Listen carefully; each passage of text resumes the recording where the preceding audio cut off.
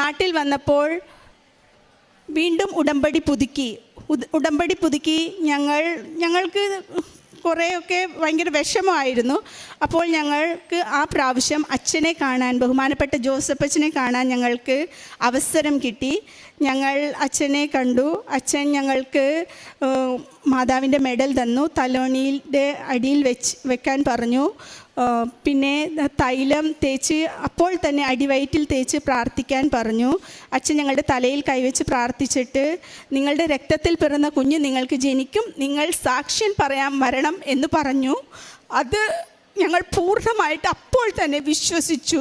ആ പ്രാവശ്യം ഞാൻ തിരിച്ച് ഗുജറാത്തിന് പോയപ്പോൾ ഞാൻ ഒരു ജ്ഞാനസ്നാന വലിയ തിരി വാങ്ങിച്ചുകൊണ്ട് പോയി. ഞാൻ എൻ്റെ അലമാരി തുറന്ന് കാണുന്ന സ്ഥലത്ത് തന്നെ ആ തിരി വെച്ചിട്ട് ഞാൻ എല്ലാ ദിവസവും കൃപാസനം മാതാവിനോട് ചോദിക്കുമായിരുന്നു, മാതാവേ, എന്നാണ് ഞാൻ ഈ തിരിയുമായി പള്ളിയിൽ കയറുന്നത്?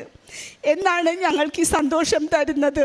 ഞങ്ങൾ എത്ര നാൾ കാത്തിരുത്തും എന്നൊക്കെ ഞാൻ മാതാവിനോട് ചോദിച്ചു. ഞങ്ങളുടെ കുഞ്ഞിനെ മുഖം കാണാൻ ഞങ്ങൾക്ക് അനുഗ്രഹം തന്നമേ എന്നൊക്കെ ഞാൻ മാതാവിനോട് പ്രത്യേകം പ്രാർത്ഥിക്കുമായിരുന്നു.